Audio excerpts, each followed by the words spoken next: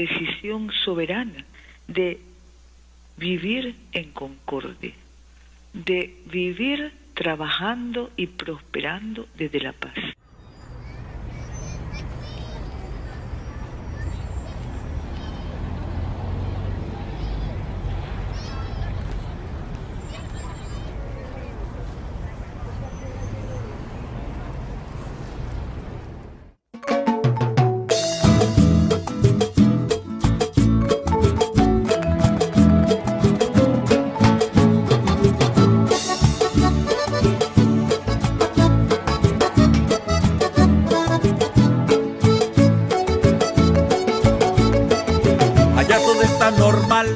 Dijo el que fue de paseo, pero él vive en la Yunay con trabajo y con dinero.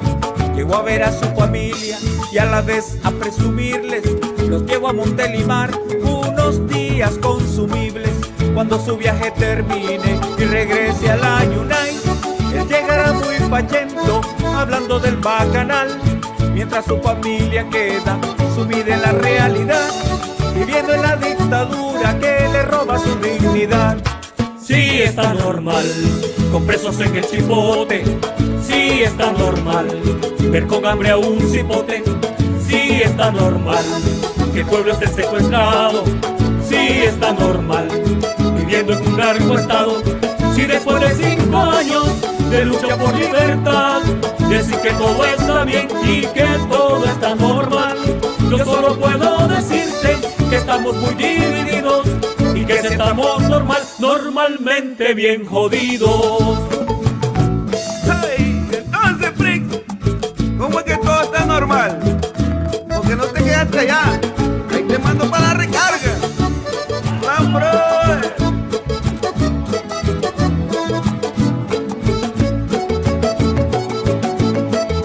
Que es puro amor y paz, dice el que está en el gobierno, porque si dice otra cosa va al chipote o al infierno. Les pagan con pan y circo mientras los hacen marchar, y después cuando los corren también tienen que emigrar. Emigran para el imperio al que tanto han maldecido. Después que lo destruyeron dejan su país vacío, mientras su familia queda sumida en la realidad, viviendo en la dictadura que le roba su dignidad. Sí está normal que arresten a los obispos. Sí está normal que no exista periodismo. Sí está normal que te tengan vigilado. Sí está normal vivir como un esclavo. Si después de 5 años de lucha por libertad te quieren quitar la patria y la nacionalidad, yo solo puedo decirte que este pueblo es tuyo y mío, que somos nicaragüenses, nicas hasta el molenillo. En honor a estos 5 años de lucha cívica por la libertad de Nicaragua, recuerden, el opresor no sería tan fuerte si no tuviese cómplices dentro del mismo pueblo oprimido. ¡Viva Nicaragua libre! Son de abril.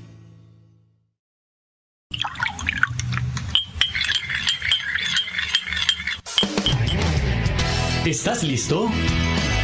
Entonces, disfruta de Café con Vos. Es un rico sorbo en el que podemos hablar de cómo anda el país y el mundo, abordados de manera profesional, amena y sin tapujos. ¿Estás listo? Disfruta de Café con Vos.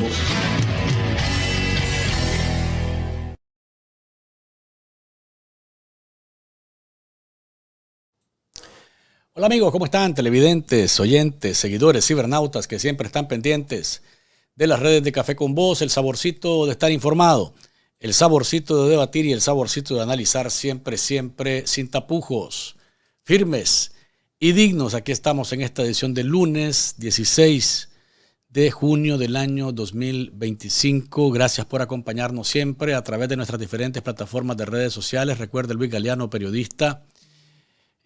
Café con Vos en Facebook, gracias por su fiel sintonía. Nuestro canal de YouTube ya ha sobrepasado los 147,000 suscriptores, y lo cual nos hace sentirnos muy, pero muy, muy contentos. Gracias a Dios y gracias a ustedes. Recuerde que en TikTok estamos como Café con Vos y que no se puede perder usted ninguno de nuestros videos. Sus me gusta son muy importantes, vitales, determinantes. Por eso siempre les estamos pidiendo que nos regalen sus me gustas. Me gusta, me gusta, me gusta, para que estemos siempre dentro de las plataformas más vistas y más gustadas.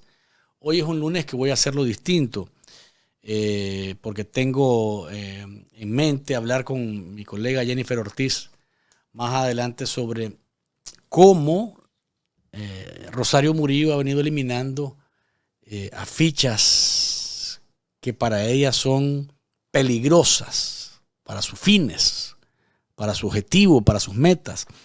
Son peligrosas, así que más adelante estaré hablando con ella sobre quién es el que sigue después de Álvaro Baltodano. Se ha quitado Humberto Ortega de encima, se quitó a Alex Leven, aunque Alex Leven está vivo. Se ha quitado a Álvaro Baltodano, pero todavía, doña Díquel, hay un par ahí todavía, bueno, que la tienen en pendiente, y uno de ellos es Bayardo Arce. Que está como decimos, anda bajo perfil, calladito, alejado de las cámaras, alejado de todo, pero a Murillo no se le olvida, lo detesta, a Rosario Murillo, a Bayardo Arce, y él la detesta ya también. Con este no se va a quedar tranquila hasta que también lo aniquile, sin duda alguna. Así que conversaremos más adelante con Jennifer Ortiz, directora de Nicaragua Investiga, sobre este y otros temas. Así que manténgase ahí en sintonía, quédese con nosotros para que juntos hagamos y disfrutemos de este delicioso café.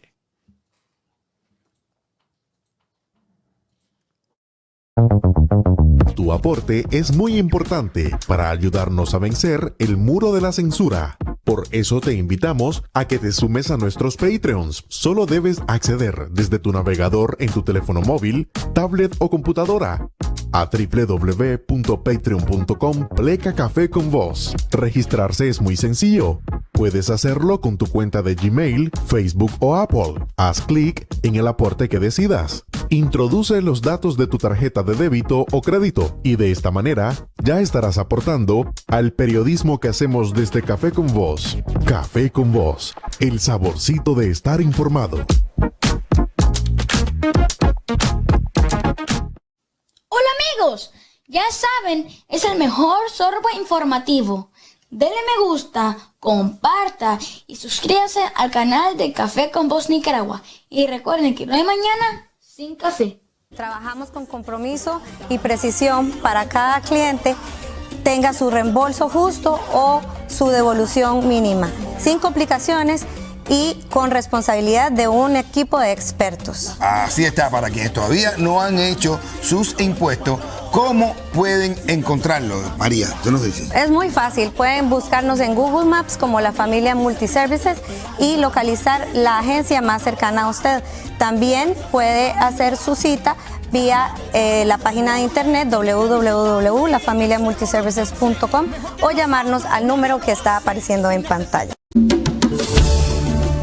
El Ballet Folclórico Nicaragüense Azul presenta su gala Alma Nica, Cultura y Tradición, a beneficio de los niños con cáncer. Sábado 16 de agosto, 7 de la noche, en el Teatro Manuel Artime.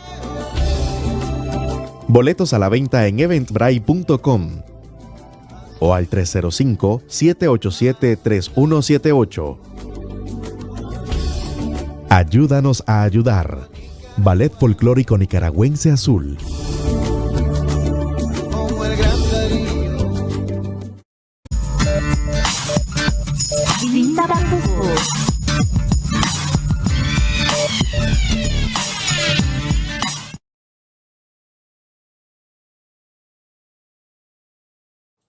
Aquí estamos, amigos, de regreso. Gracias por continuar con nosotros en esta edición de lunes 16 de junio del año 2025. Jennifer Ortiz está con nosotros, directora de Nicaragua Investiga, colega nuestra, a quien respetamos muchísimo y a quien le agradecemos que siempre esté en disposición de acompañarnos cada vez que solicitamos de parte de ella un espacio, y en este caso para hablar casualmente de cómo Rosario Murillo se ha venido quitando de en medio elementos que a ella le parece que son peligrosos para sus fines, para sus objetivos, para su meta.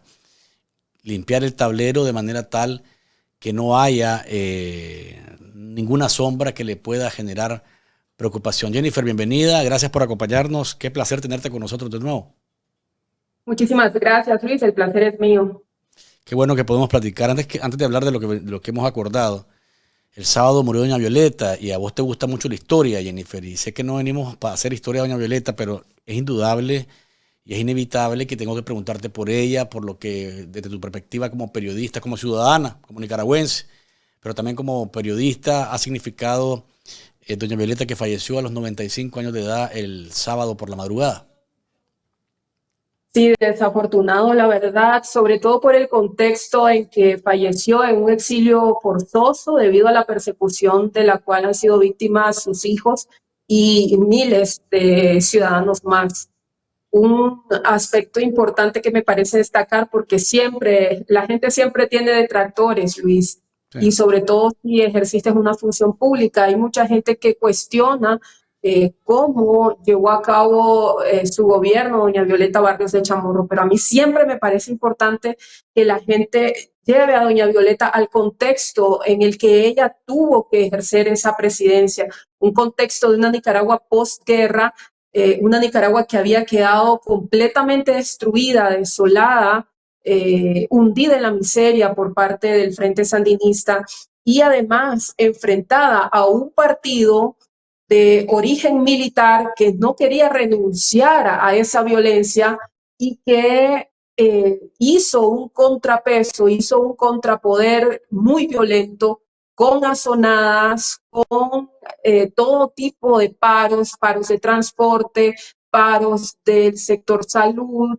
en fin, para doña Violeta fue un momento de su vida muy desafiante porque hay que entender que ella tampoco se miraba en esa posición, ella aceptó ser este rostro electoral en 1990 a pedido de más de 20 partidos de oposición que se habían unido en la Unión Nacional Opositora en ese momento para sacar a Daniel Ortega por la vía electoral del poder y terminar con esa primera dictadura. Y ella entendió que en ese momento, por el legado que traía detrás, que era el legado de Pedro Joaquín Chamorro, era un rostro que podía reunir a una cantidad enorme de nicaragüenses para poder hacer o llevar a cabo esa misión, ¿no? Que era derrotar a Ortega, y así se hizo.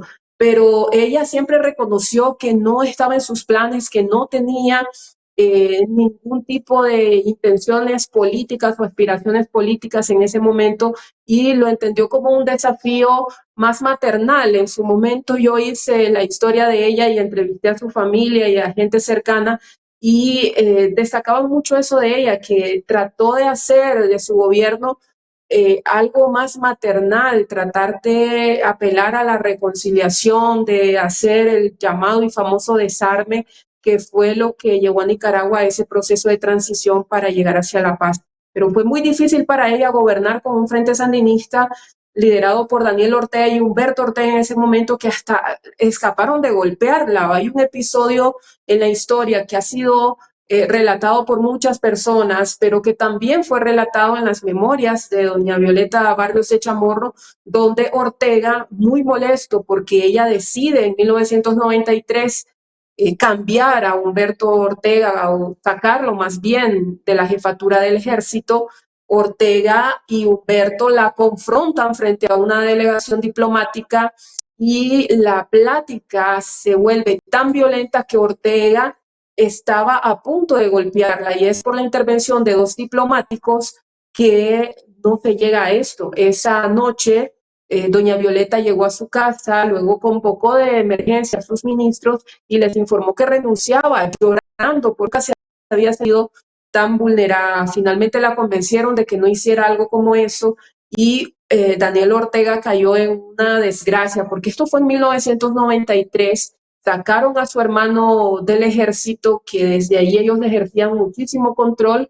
Luego sucede lo de la desintegración del partido. Entre 1994 y 1995, Sergio Ramírez, Dora María Telles, Ernesto Cardenal, Luis Carrión, las figuras más relevantes y más emblemáticas del sandinismo se separan de Daniel Ortega acusándolo de ser un dirigente verticalista, de no hacer uso de la democracia interna y tratar de imponer su liderazgo, y esto desemboca en que el Frente Sandinista se quede tambaleando y básicamente lo que le tocó a Ortega fue recoger los pedazos de ese partido y tratar de rearmarlo, pero para sí mismo, ¿no? A partir de ahí es cuando Ortega toma el partido para sí mismo, ya no existía esto que se conoció en algún momento como las convenciones nacionales, donde se hacían elecciones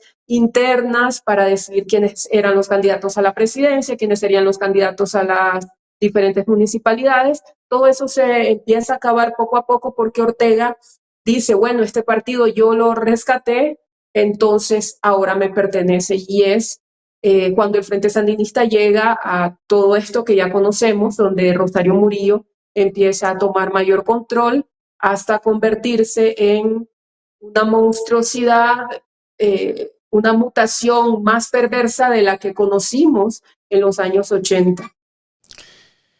Y para traer esa historia tan rica, cuando la repasamos, ¿no, Jennifer? Y hemos estado repasándola durante el fin de semana, viendo imágenes, fotografías de lo que fue doña Violeta y su trabajo y su legado. La única mujer electa por el pueblo de Nicaragua como presidenta, que ese es un punto muy importante y que hay que hacer énfasis. No hizo trucos, no manipuló, no impuso, y llegó a alcanzar la primera magistratura del país por voluntad del pueblo de Nicaragua en una elección libre, abierta, transparente, observada. Y esa es la gran diferencia, además en un contexto de guerra, y esa es la gran diferencia entre doña Violeta y cualquier otra cosa. O sea, no me refiero a Rosario Murillo, sino cualquier otra cosa que se pueda poner frente a ella, y ese es su gran legado, traernos la paz en medio de las circunstancias, devolvernos la paz con elecciones libres y luchar contra la adversidad que ni significaban esos salvajes de Daniel Ortega y Humberto Ortega y sus secuaces en oposición.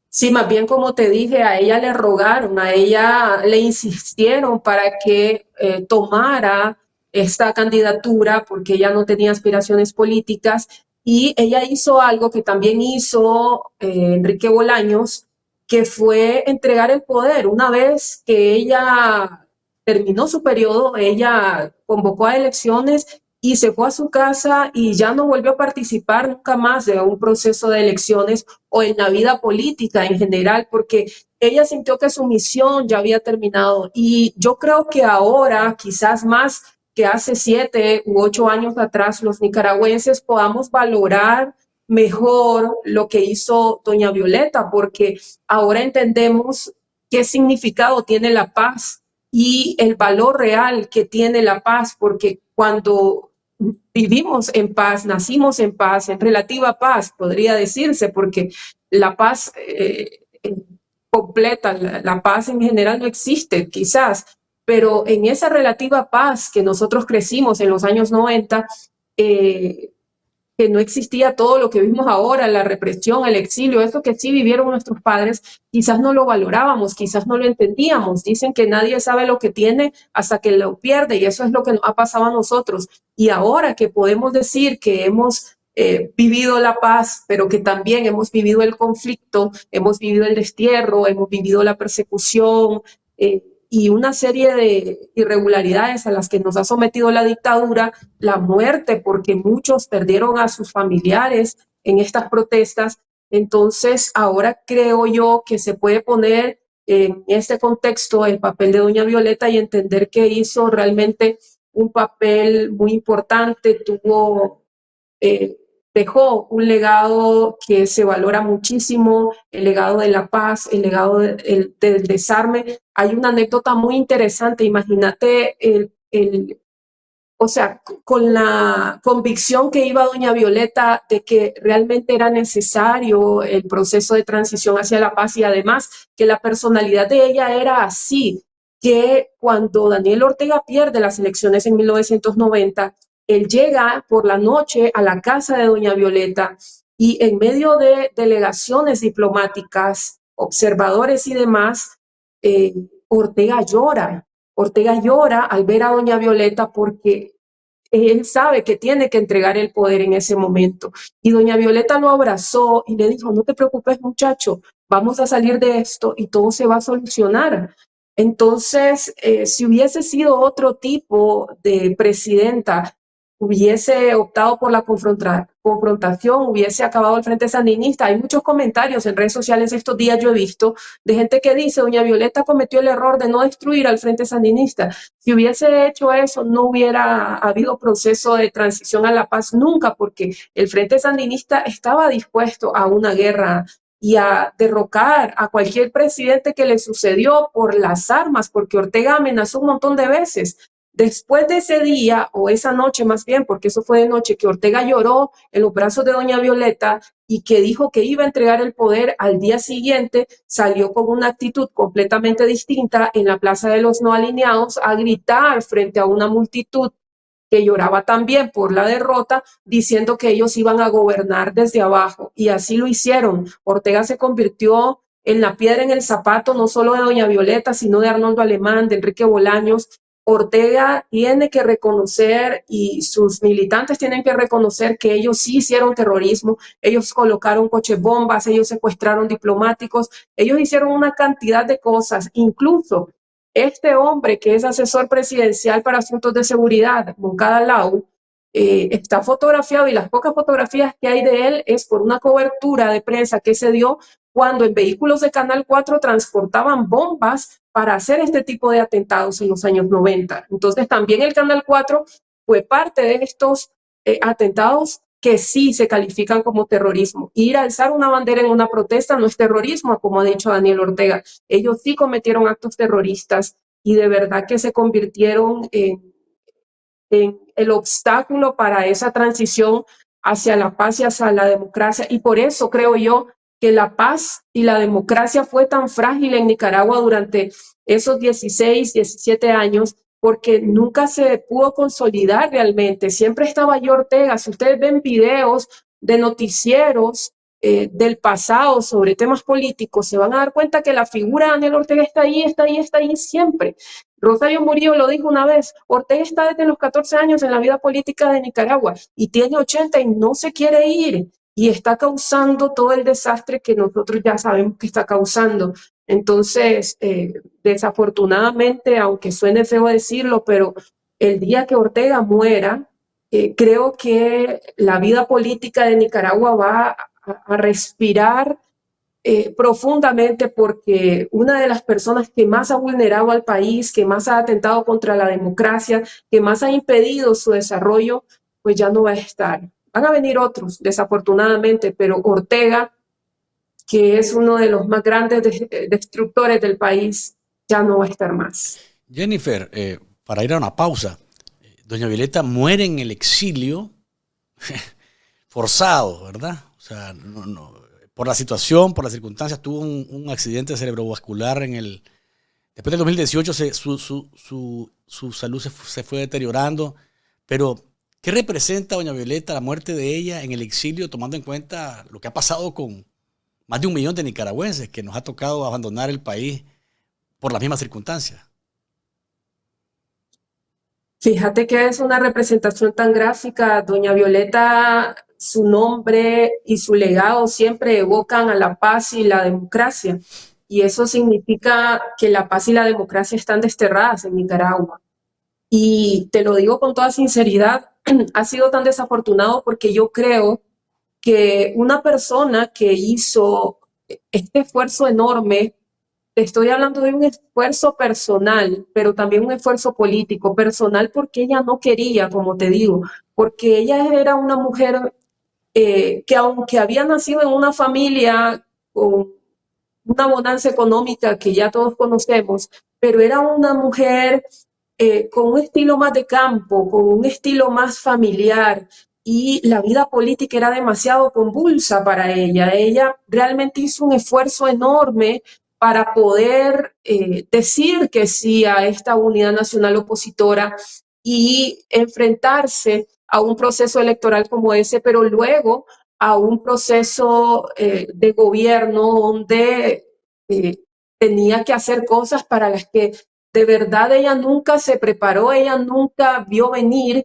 y es por eso que mucha gente cuestiona el apoyo que le dio su yerno, Antonio Lacayo, porque ella, hay que entender eso, ¿no? Ella necesitaba ayuda en ese momento porque ella no vio venir algo como eso. Nunca ella vio a su esposo que cuestionaba la vida política, que hacía política de alguna manera, pero ella no se vio ahí. Entonces ese fue un primer reto para ella.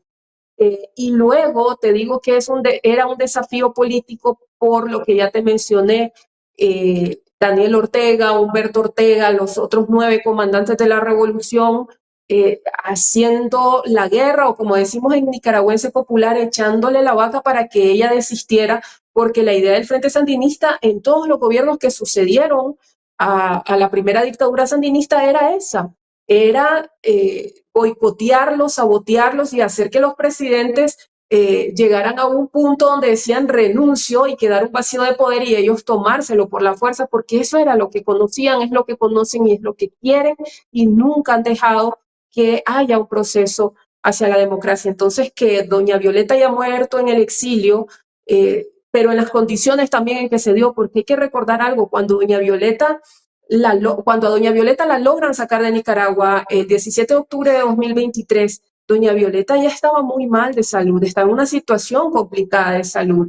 Y unos meses antes habían arrestado a su hija, Cristiana Chamorro, que era la que se hacía cargo en ese momento de su atención médica, de sus cuidados personales, de la comida que tenía, y les confiscan hasta las cuentas donde doña Violeta tenía el dinero con el que se mantenía. Entonces, imagínate qué nivel de maldad hay que tener para que a una señora de esa edad, pero además lo que representa esa señora para Nicaragua, hacerle una cosa como esa en sus días de postreridad.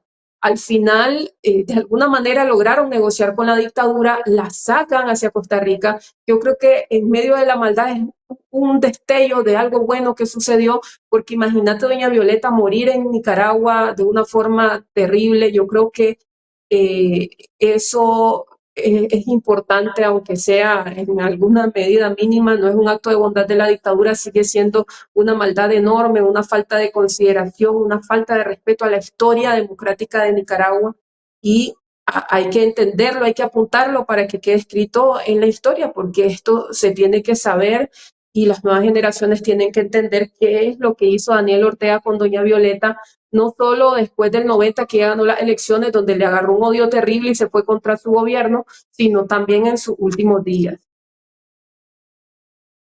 Y no hay comunicado hipócrita que pueda llenar o tapar todo lo que nos has descrito en ese sentido, Jennifer. Vamos a hacer una pausa comercial y volvemos con más acá, entrevistando a nuestra colega periodista Jennifer Ortiz. Jennifer, en la segunda parte, que pues no estamos pensado hacerlo así, pero vamos a conectar lo que acabamos de hablar de doña Violeta con Murillo, que ella aspira a ser presidenta de Nicaragua, pero en relación a doña Violeta no hay nada, ni la más mínima comparación. Y se ha quitado de en medio todas las fichas, o se ha venido quitando de en medio todas las fichas que le generan algún tipo de desconfianza o ruido, algún tipo de inquietud.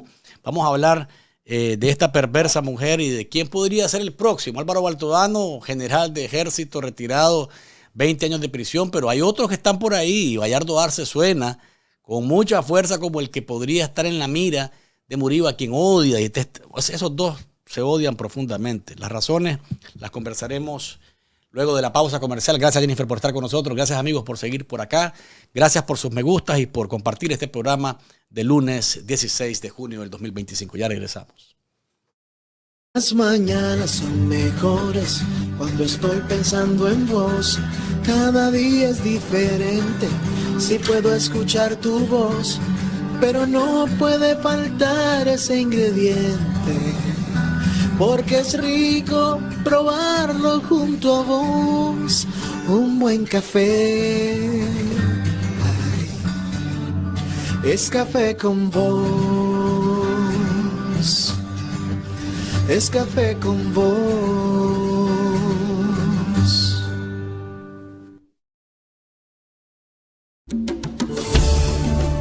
El Ballet Folclórico Nicaragüense Azul presenta su gala Alma Nica, Cultura y Tradición, a beneficio de los niños con cáncer. Sábado 16 de agosto, 7 de la noche, en el Teatro Manuel Artime. Boletos a la venta en eventbrite.com o al 305-787-3178. Ayúdanos a ayudar. Ballet Folclórico Nicaragüense Azul. Si desea informarse de lo que pasa en Nicaragua y el mundo, visita nuestro sitio web www.cafeconvoz.com.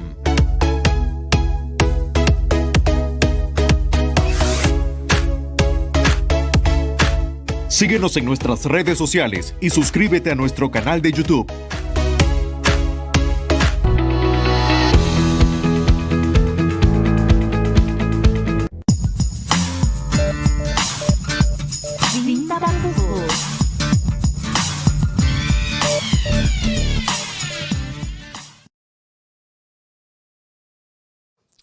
Acá estamos, amigos. Gracias por seguir con nosotros en esta edición de lunes, conversando con nuestra colega periodista Jennifer Ortiz, directora de Nicaragua Investiga.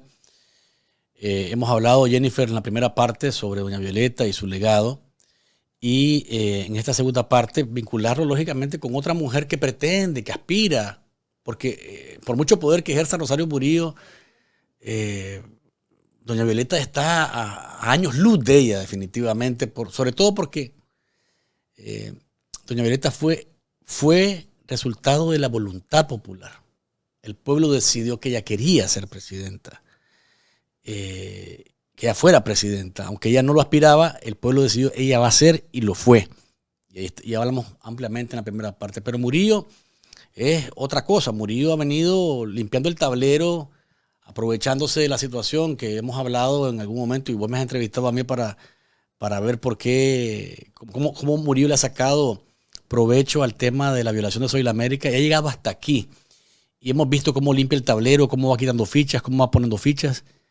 ¿Quién sigue, Jennifer? Porque se ha quitado a Humberto Ortega, se quitó a Jales Leven, se ha quitado ahora a Álvaro Baltodano, hablando de gente que estuvo en el ejército. Y Bayardo Arce no es alguien que estuvo en el ejército, es comandante porque fue guerrillero. Pero ¿quién sigue? Hay gente que habla que él podría ser la siguiente figura de ese frente histórico en la mira de Murillo, porque es de todos conocido que no se quieren. Por el contrario, el sentimiento de repulsión es mutuo. Mira, Luis, la gente dice que Bayardo Arce podría ser el próximo, pero yo creería que Bayardo Arce ya cayó hace bastante tiempo. Y una muestra de ello es que no lo vemos aparecer públicamente, ni siquiera en los actos oficiales del Frente Sandinista. Y eso es una señal, que no aparezca por ningún lado, que no se sepa nada de él, pero también tras bastidores hay cosas sucediendo. Y fíjate que como periodista a veces hay cosas que no dice porque ya sabes las reglas periodísticas, ¿no? Tenés que poner pruebas y demás. Y en este contexto en el que estamos ahora, bueno, decir, voy a traer a la persona que me contó, voy a buscar un documento oficial, es muy complejo. Y la verdad es que la gente tiene que entender que el periodismo está haciendo lo mejor que puede, y muestra de que se está haciendo un buen trabajo son precisamente esas revelaciones que suceden y que luego terminan siendo confirmadas por la dictadura. Te voy a poner un ejemplo sencillo. No recuerdo ahora el nombre, quizás vos que sí recordás nombres fácilmente, sepas cómo es que se llama este escolta personal de Daniel Ortega, que hace poco Confidencial publicó que había sido apresado y que había caído en desgracia. Este tipo era por años la mano derecha de Ortega, era su escolta privado, y por tanto le conocía cualquier cantidad de cosas, porque un escolta que anda con vos todo el día sabe qué haces, dónde vas, a dónde estás, a dónde pasar, con quién hablar. Básicamente es una persona que anda con vos todo el tiempo. y Confidencial publicó esta información y a los 2 o 3 días viene la dictadura y se ve obligada a emitir un comunicado de prensa donde dice que el tipo fue dado de baja deshonrosa y esta serie de cosas que ya conocemos. Marcos Entonces, Alberto Acuña. Correcto, es una muestra de que el periodismo sí hace su trabajo y que debido a que el contexto está tan difícil, las fuentes no quieren dar la cara, las fuentes se cuidan muchísimo, nosotros también cuidamos muchísimo a las fuentes, pero esto no quita que la información que manejemos es real, es verídica. ¿Por qué te hago todo este contexto? Porque nosotros tenemos información de que Bayardo Arce tiene varias propiedades en el perímetro del Carmen y estas propiedades están siendo vigiladas por la dictadura. Bayardo las tiene en renta y las personas que rentan estas propiedades son sometidas a interrogatorios, son consultadas sobre qué se hace ahí, lo están vigilando. Y luego de eso, Agricorp, que todos sabemos que es Agricorp para Bayardo Arce, se encuentra pasando una situación financiera muy difícil por una persecución fiscal donde pues presuntamente le están cobrando una cantidad de impuestos enormes que no ha podido pagar y al parecer los trabajadores tienen meses buenos y meses malos donde unos meses les pagan a tiempo, otros meses no. Muchos ya reportan que ni siquiera tienen una frecuencia periódica en la cadena de distribución de pulperías, almacenes y otras tiendas donde ellos distribuían sus productos. Entonces, pues no es que Bayardo Arce sea el próximo, que más bien parece que Bayardo Arce ya está hundido y lo único que hace falta es que lo apresen, como le sucedió a Baltodano y como le ha sucedido a otros tristemente célebres cómplices de la dictadura. Pero él ya se encuentra en una situación muy mal. Además hay como revanchas personales entre Bayardo Arce y Rosario Murillo, que yo creo que esa es una particularidad también de esta dictadura, que cuando ella se siente ofendida por algo que sucedió en el pasado, por una diferencia que tuvo con alguien en el pasado, ella no la olvida, ella la guarda y encuentra el momento oportuno para cobrar venganza. Y eso es lo que ha hecho Rosario Murillo en los últimos años. Por eso vemos a tantos descabezados, porque Murillo realmente, hay un artículo en el diario El País de España del 1990 donde se dice esta frase: Murillo era objeto de conflictos y escándalos dentro del Frente Sandinista. Entonces, no le simpatizaba a casi nadie. Y a Rosario Murillo en esa época la relegaban mucho y la dejaron como en un cargo en el Ministerio de Cultura. Bueno, vos mencionaste eso en una entrevista que te hice. Y ella sintió que la menospreciaban, que la trataban mal. Ortega en ese momento también la subestimaba muchísimo porque no había sucedido lo de Soy la América, la denuncia pública, y no tenía Rosario Murillo nada más que someterse al control de Daniel Ortega. Entonces ella, toda esa gente que participó en eso, que ella cree que fue un evento en su vida de humillación personal, la está pasando muy mal ahora. Y también hay que recordar que Bayardo Arce pasó por las salas de redacción de la prensa, donde trabajó Rosario Murillo también. Entonces, al parecer, todos estos conflictos personales, Rosario Murillo los está sacando ahora. Jennifer, pero y lo acabas de mencionar, yo entiendo que hace rato que Bayardo Arce está, como decimos, metido en un cumbo, como se dice popularmente en Nicaragua, pues. O sea, es más, las últimas imágenes que vimos de un Bayardo es un Bayardo delgado, demacrado, como se dice popularmente. Le quitaron hasta el boer, porque andaba metido en el boer. Estas son imágenes de una entrevista que le hizo Agustín Cedeño, en la que hablaba de varias cosas ahí, pero más de deporte.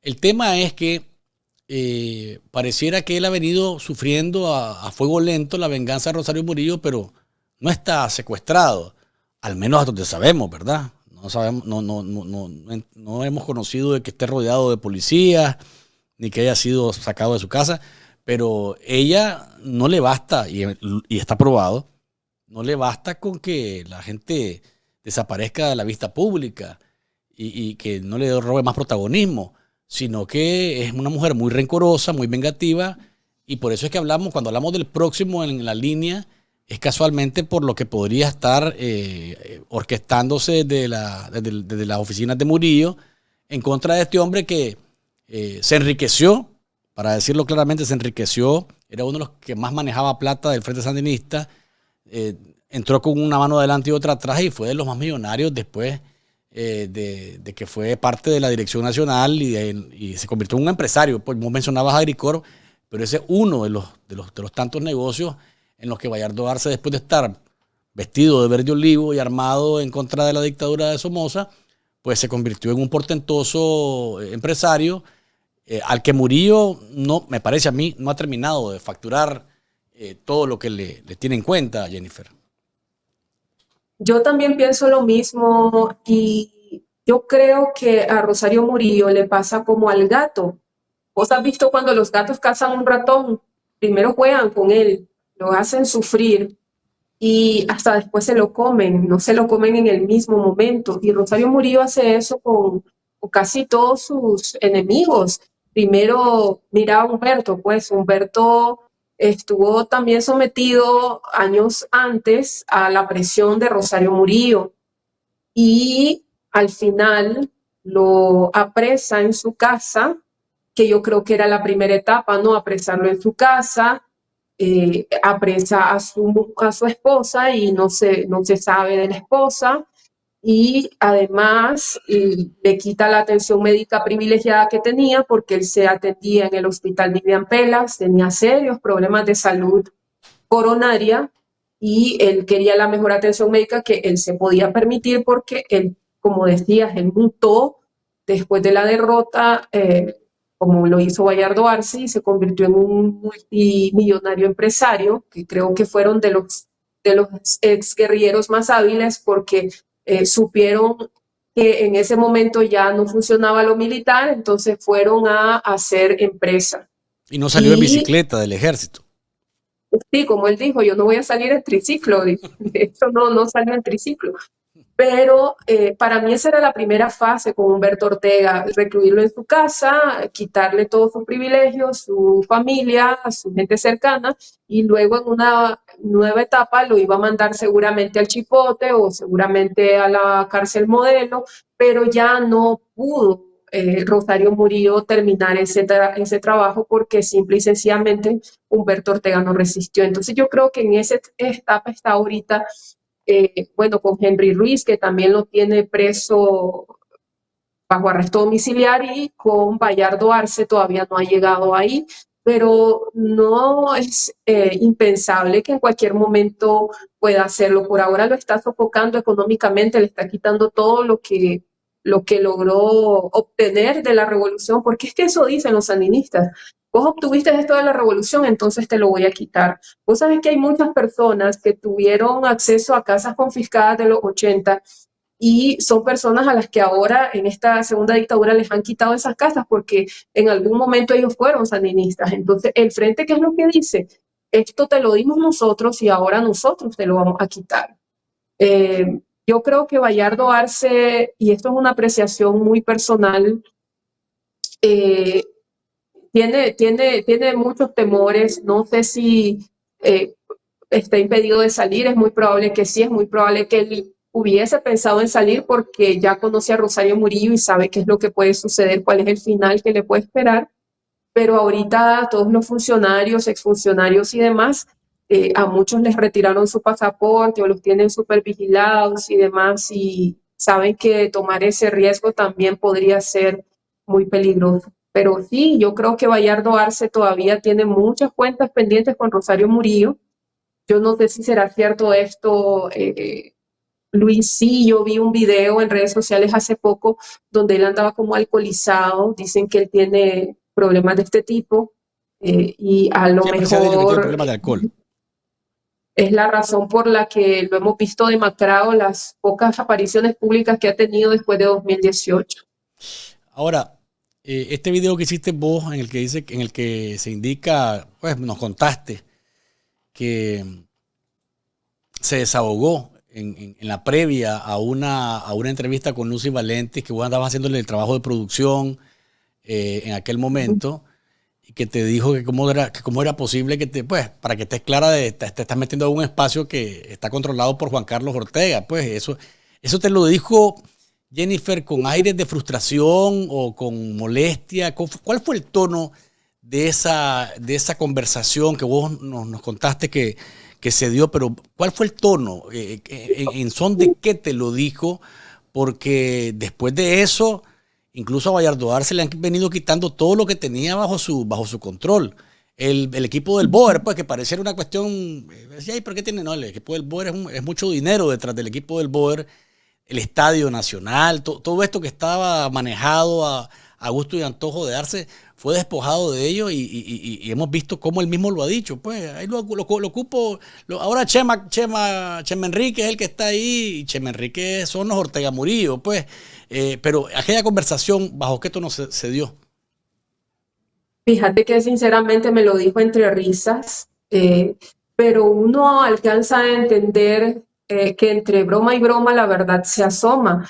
Y había una cierta incomodidad, porque cuando vos decís algo como eso, pero si el chihuín, porque también usó esa palabra, le decía el chihuín, que es muy fuerte cuando vos decís el chihuín al hijo de un dictador, porque, bueno, al hijo de Ortega, porque el chihuín es como le decían al hijo del anterior dictador. Entonces él dijo, el chihuín tiene control absoluto ahí, vos no podés lidiar o competir con él, porque todas las instituciones del Estado tienen los contratos con él, y en la empresa privada, ¿quién le va a decir que no al chihuín? Entonces vos entendés que él está poniendo en evidencia el manejo bajo nepotismo que tiene la dictadura, el control de casi todas las industrias en Nicaragua, el consentimiento que se le da a sus hijos aprovechándose del poder. Es decir, ahí uno puede descifrar una cantidad de cosas que es enorme, ¿verdad? Y para mí tuvo mucho significado, y como yo dije en mi testimonio, en ese video, yo me quedé así como sin saber qué decir, porque yo jamás esperé que alguien de la altura de Bayardo Arce, cuando digo altura no moral ni nada, porque absolutamente no tiene, sino de que se codeaba con Ortega, era su representante ante el empresariado, que no es poca cosa. Daniel Ortega sabe que la plata vale mucho y que le permite muchas cosas, y por eso la cuida, y el custodio de esa plata era precisamente Bayardo Arce. Entonces a mí me parece que esta conversación con Bayardo Arce tiene muchas lecturas y habla de Bayardo Arce que cuestiona a la familia, que sabe que se está moviendo bajo los mismos principios de la dictadura anterior, y por eso a mí me pareció oportuno contarlo en este contexto. Pero también vamos a ir un poco después, cuando empieza la crisis sociopolítica, y Bayardo le da una entrevista a Patricia Yaniot de Univisión, y él reconoce que Ortega se equivocó con las reformas a la seguridad social, y dice que esta crisis generada por esas reformas rompen el modelo de diálogo y consenso con el empresariado, que era lo que tanto le había costado a él construir y era como la joya de la corona de la dictadura. ¿De qué ha presumido más la dictadura en estos años, Luis? De precisamente ese modelo de diálogo con el empresariado, porque era un asunto de dos vías. Por una parte, le permitía al gobierno presumir avances económicos, estabilidad social, creación de empleos, y por otro lado le permitía a los empresarios recibir exenciones fiscales, privilegios y demás. Entonces, Jennifer, Ortega votó. Sí, quiero interrumpirte porque me parece que es importante traer aquella entrevista a la vista de la población, porque son videos que vos has logrado rescatar y que a la gente se le olvida, y que puede explicar casualmente lo que sigue, lo que hemos visto y lo que sigue, que es lo que estamos hablando. ¿Quién sigue? ¿Quién está en la mira? ¿Por qué? Veamos. ¿Se equivoca el presidente al anunciar este decreto para reformar el Instituto de Seguridad Social? Pues sí, yo creo que se equivocó. Creo que la presión financiera de la seguridad social, la urgencia de darle respuesta al riesgo de una iliquidez que impidiera pagarle a la gente las pensiones, lo llevó a no esperar los plazos que pedía el sector empresarial para analizar la propuesta y presentar alternativas desde el punto de vista de ellos. Y eso se tradujo en que la política de consenso que hemos tenido en los últimos 10 años y que ha permitido que el país vaya saliendo poco a poco adelante, se viera rota. Bueno, yo creo que con toda la libertad del mundo, pues hay jóvenes que tienen el derecho de pedir que se vaya Daniel Ortega. En todos los países del mundo hay gente que no quiere al gobierno que tiene. Están unos jóvenes protestando pacíficamente y de repente llega una serie de gente a agredirlos. Creo yo que esa fue la segunda chispa detonante. Porque la gente dice, bueno, ¿y por qué se va? ¿Por qué llegan unos, por muy simpatizantes del gobierno, a atacar a quienes sencillamente están de manera pacífica diciendo no estoy de acuerdo con la medida del INSS?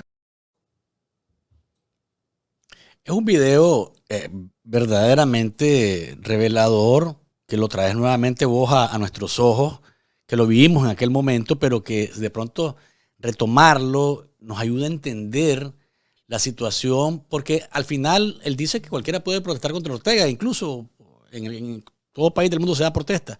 Y Ortega lo ha estado protegiendo, Jennifer. O sea, al final Murillo no se ha ido a destruir, a Vallardoarse como le gustaría ya, porque Ortega me parece a mí que ha estado como dejarlo ahí tranquilo, no te metas con él. Es el único de los comandantes que ha quedado a mi lado. Yo creo que también eso pesó. Sí, mira, hay varias cosas que descifrar. En este video hay que entender que fue en mayo de 2018 y Ortega y Murillo todavía no habían diseñado este discurso de que fue un golpe de Estado y demás, sino que en ese momento estaban choqueados, todavía no sabían cómo responder. Hace poco Ortega reconoció que no estaba preparado para que algo así sucediera porque ellos creían que todo estaba bien. Entonces, esa es la primera parte. Luego aquí hay un reclamo de Bayardo Arce diciendo, esto rompió, esta desesperación de Ortega por aprobar estas reformas rompió el modelo de diálogo y consenso con los empresarios.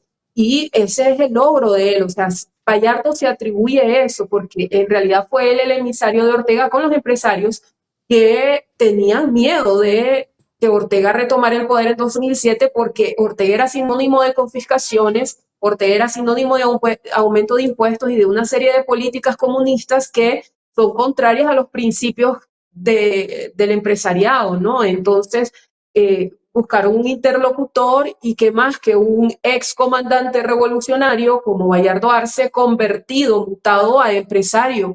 Era alguien perfecto, ¿no? El lobo vestido de oveja, alguien que se podía colar entre los empresarios, pero que también podía conversar con Ortega. Entonces, aquí en este video, Bayardo hace ese reclamo de manera implícita. Y una cosa más es que él reconoce que las protestas eran pacíficas, que los jóvenes tenían todo el derecho de protestar y que un grupo de simpatizantes sandinistas llegaron a golpear, llegaron a agredir y que no tenían derecho de hacer eso. Entonces, esta entrevista, yo creo que Rosario Murillo la guardó porque en ese momento ellos estaban apagando el fuego. Ellos estaban viendo en el diálogo nacional qué hacían, ellos estaban en pláticas con Estados Unidos, ahora lo sabemos por boca del mismo Daniel Ortega, que Estados Unidos le había puesto un avión, le había puesto una maleta, le había puesto ciertas garantías y le había dicho, puedes irte cuando vos lo digas. Y ellos estaban lidiando con todo eso. Además, estaban lidiando también con el hecho de una iglesia que se les plantó fuerte y les dijo, aquí esto está mal, ¿qué está pasando? Y la iglesia es un poder, aunque entendemos que es religión, ¿no? Que va relacionada con la fe de los nicaragüenses y demás, pero históricamente la iglesia también ha sido un poder. Entonces, Rosario Murillo y Daniel Ortega estaban en eso y además en el interín organizando a los grupos paramilitares para generar esta respuesta violenta que generaron. No estaban ocupados de Bayardo Arce en ese momento, pero el diálogo nacional fue o dio un vistazo de que Murillo no estaba contenta con Bayardo Arce, porque cuando Bayardo Arce quiso hablar, Murillo lo calló y lo obligó a salir, y bueno, salieron ellos detrás también, porque no le fue nada bien en ese diálogo, pero yo creo que como Rosario Murillo ha venido cobrándoselas poquito a poco, si ustedes se fijan, bueno, primero castigaron a los estudiantes, lo apresaron, le borraron sus calificaciones, etcétera, le hicieron perder sus archivos académicos, que no es poca cosa, o sea, un esfuerzo de 4 o 5 años que de pronto ya no lo tengas. Hay gente, jóvenes que tuvieron que volver a empezar en el extranjero desde cero. Luego se fueron contra los médicos, contra los activistas de derechos humanos, contra los periodistas, y va poco a poco, y ahora ha llegado a su propia militancia, su propia base. Hemos visto cómo han salido hasta el hijo de Carlos Fonseca en esa ola de represión interna que emprendió Murillo, y no es improbable que falte poco para Bayardo Arce. Vos lo que mencionaste me parece muy acertado, de que Ortega lo está protegiendo en la medida de lo posible, porque yo creo que es que ni Ortega mismo puede protegerse a sí mismo de la señora esta, de doña Rosario. Yo creo que hasta Ortega está así, viendo para todos lados cuándo me va a tocar a mí, porque ¿qué le va a tocar? Entonces, Ortega lo está defendiendo, seguramente le dice, mira, es el último comandante, es un símbolo de la revolución, en algún momento la gente puede cuestionar qué está pasando, déjalo ahí, quítale lo que vos querrás, volverlo miserable, no le dejes que tenga acceso a su plata y demás, pero no lo eches preso, no te vayas tan fuerte contra él. Eso es lo que yo sospecho que podría estar pasando, Luis. Para finalizar, Jennifer,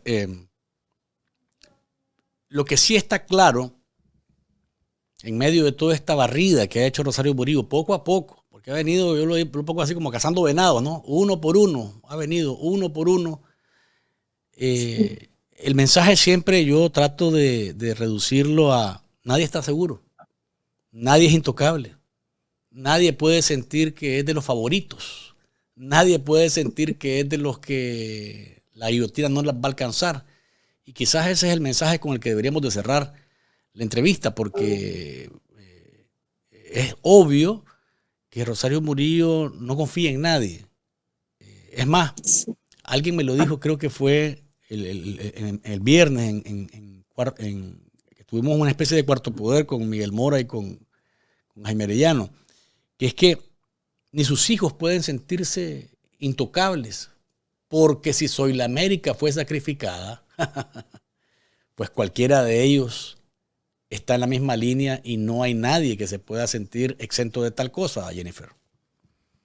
Claro, es que mira, te voy a decir algo que va a sonar feo, pero es que fea es la señora, o sea, no me refiero físicamente, podrán decir lo que quieran, yo a ese tema no me voy a meter a su personalidad, que es fea, es una señora con una maldad enorme. Pero es que no puedes evitar las dos cosas, Jennifer, o sea, lo feo físico y lo feo, lo malvado. Yo no me voy a meter a lo físico, bueno, yo sé que hay muchas observaciones sobre eso, pero yo voy a hablar de su maldad interna, ¿no? A mí me parece que ella es tan mala, y esto que vos decís es tan cierto, porque alguien puede decir, no, pero es que Soy la América quizás como no era hija de Daniel, entonces quizás no, porque hay madres así, ¿no? Que si están con esa pareja, entonces quizás, o al menos he escuchado, ¿no? Algunas mamás hablando de ese tema, sienten que deben más consideración a los hijos porque esa pareja es la que está ahí con ellos.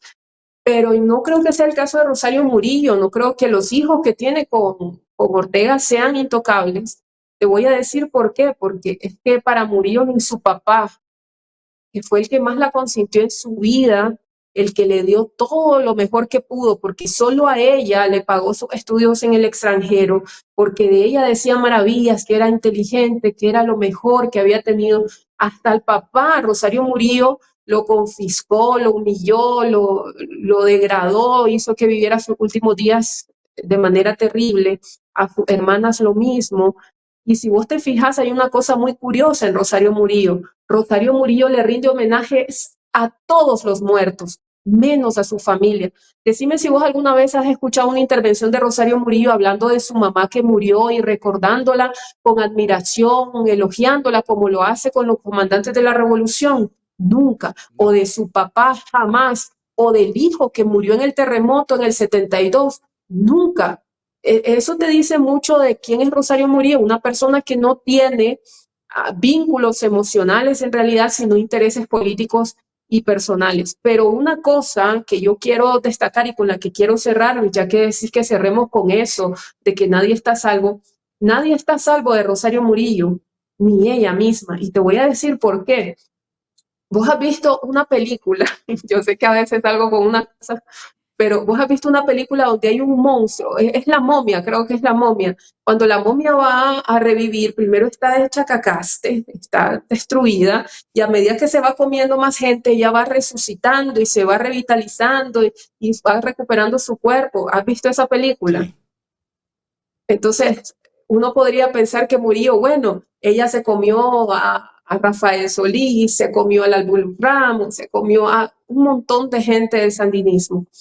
Y podríamos decir, bueno, está revitalizada, ¿no? Pero lo que vemos es una señora cada vez más demacrada, cada vez físicamente más deteriorada, que ha perdido varias piezas dentales en una cuestión de 2 o 3 meses, y que vos la ves que camina ya muy mal. Siempre se habla de Daniel Ortega, pero vos ves las imágenes de Rosario Murillo y Rosario Murillo camina terriblemente mal. Nosotros hicimos un video donde hicimos una muestra de video desde 2007, que ellos retornaron al poder hasta ahora, y vos ves cómo camina Rosario Murillo. Rosario Murillo, Camila corre a tomarla de la mano cuando va a subir escaleras porque se sabe frágil. Entonces, Rosario Murillo, este odio que tiene tan visceral, estas ganas con las que se despierta todos los días de hacer una nueva maldad que supere a la que hizo la noche anterior, la tiene desgastada porque científicamente está comprobado. Yo no estoy diciendo mentiras, ustedes pueden googlearlo. Hay hormonas del estrés, el cortisol, por ejemplo. Vos estás todo el tiempo estresado, estás todo el tiempo de mal humor, tu cuerpo libera esa hormona, que es un químico fuerte que hace que tus órganos no funcionen bien, detiene tus funciones vitales o las complica, y eso va haciendo que te avejentes más rápido y que tengas una serie de complicaciones de salud. Y yo creo que eso le está pasando a Rosario Murillo. Su propio odio se le está comiendo. Ella se está haciendo autofagia de sí misma, se está muriendo en vida esa señora, porque el odio que tiene, el rencor con el que vive y el estrés permanente también que mantiene, porque ella sabe que siendo tan mala, en cualquier momento alguien querrá desquitarse. Entonces ella no sabe dónde va a saltar la liebre, quién va a ser el ofendido que se va a atrever a, como sucedió con Somoza García en el 56, que él estaba bailando en la Casa del Obrero en León y nunca se imaginó que un muchachito de ahí que no pintaba nada le iba a disparar. Entonces ese miedo lo tiene siempre Rosario Murillo y vive bajo un estrés tan horrible que esa señora no tiene vida y se está carcomiendo a sí misma. Entonces, cuando vos decís nadie está a salvo de Rosario Murillo, yo le agrego, para que sea más reconfortante para los que han sufrido, para los que hemos sufrido, aunque suene feo decirlo, pero ni ella tampoco está a salvo de sí misma. Ella también es un peligro para sí misma y está acelerando su final. Y eso demuestra que quienes viven presos y quienes viven cautivos casualmente son ella, Daniel Ortega y su familia. Sí. No pueden estar tranquilos, no viven tranquilos. Ella se burla de nosotros porque andamos errantes, pero nosotros andamos, nos movemos, vivimos. Sí. Ellos no viven, ellos están muertos en vida. Lo que pasa es que creen que eso, o para ellos, eso es vivir. Y lamentablemente están equivocados. Jennifer, qué placer tenerte con nosotros en esta edición de lunes. Gracias por aceptar siempre, acompañarnos. Gracias por compartir con nosotros tus puntos, porque realmente por tu trayectoria, porque te gusta la historia, porque no hablas al peso de la lengua, sino que hablas en base a lo que ha ocurrido para ver hacia adelante, para ver el presente y el futuro. Siempre tenemos que ver hacia atrás y saber de dónde venimos. Y te agradezco muchísimo que nos hayas dado la oportunidad de compartir este lunes. Te dejo unos segunditos para que te despidas de la audiencia. Gracias a ustedes, Luis, por siempre invitarme, y gracias a tu audiencia. Como siempre, yo felicito a esta audiencia cafetera, porque siempre se pone pilas con los likes, con los compartidos, y yo creo que ese es el mejor premio que ustedes pueden dar al periodismo. Cuando nosotros nos sentamos acá, encendemos las luces, el celular, las cámaras, de verdad que estamos arriesgando a a nuestras familias en Nicaragua, estamos arriesgando nuestra propia vida, estamos exponiéndonos al escarnio del sandinismo, y yo creo que no hay mejor recompensa que ver que el contenido se compartió, que el contenido aportó algo a sus vidas. Así que muchísimas gracias. Gracias a vos, Jennifer. Nuestra aliada Jennifer Ortiz, siempre también ustedes denle me gusta y estén pendientes de las producciones de Nicaragua Investiga, que son realmente extraordinarias. Un abrazo, le manda a usted saludo doña Deikel, dice que gracias por siempre estar ahí al pie del cañón. Un abrazo, cuídate, Jennifer. Abrazo, bye. Ahí teníamos a Jennifer Ortiz, periodista, excelente periodista, brillante periodista nicaragüense, con quien compartimos este programa porque creemos que es importante de pronto hacer este tipo de vuelta, ¿no? Y meternos en ese análisis relacionado con las piezas, no las dentales, porque ya las perdió, son las piezas que se las piezas que se ha venido quitando Murillo de frente para lograr sus objetivos.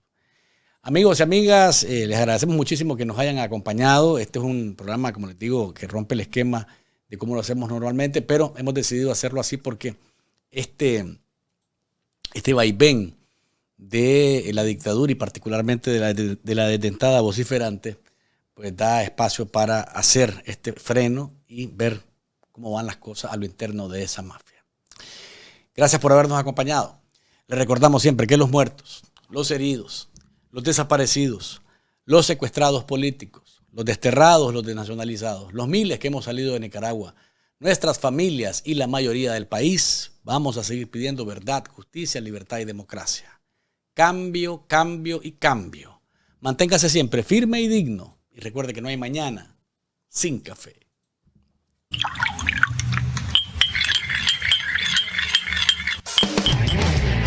¿Estás listo? Entonces, disfruta de Café con Vos. Es un rico sorbo en el que podemos hablar de cómo anda el país y el mundo, abordados de manera profesional, amena y sin tapujos. ¿Estás listo? Disfruta de Café con Vos.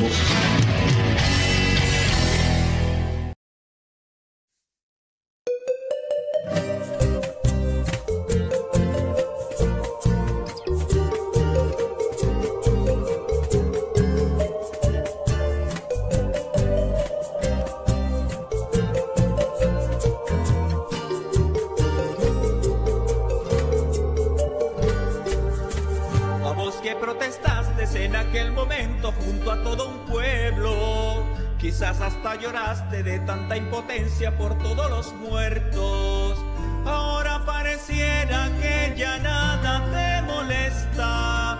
No tienes libertad, vives en represión, pero pasas en fiestas. Hoy quiero recordarte que tenemos presos que son torturados y miles emigrando, aunque en el trayecto queden ahogados. ¿Será que la empatía no circula por tu cuerpo? Yo te pregunto algo y quiero que seas honesto. ¿Y si fuera tu hijo? ¿Y si fuera tu hermano? Aquel que asesinaron ya no te doliera, ya estaría olvidado. ¿Y si fuera tu hijo o quizás algún pariente? Tal vez entenderías lo que una madre te abrió y siente.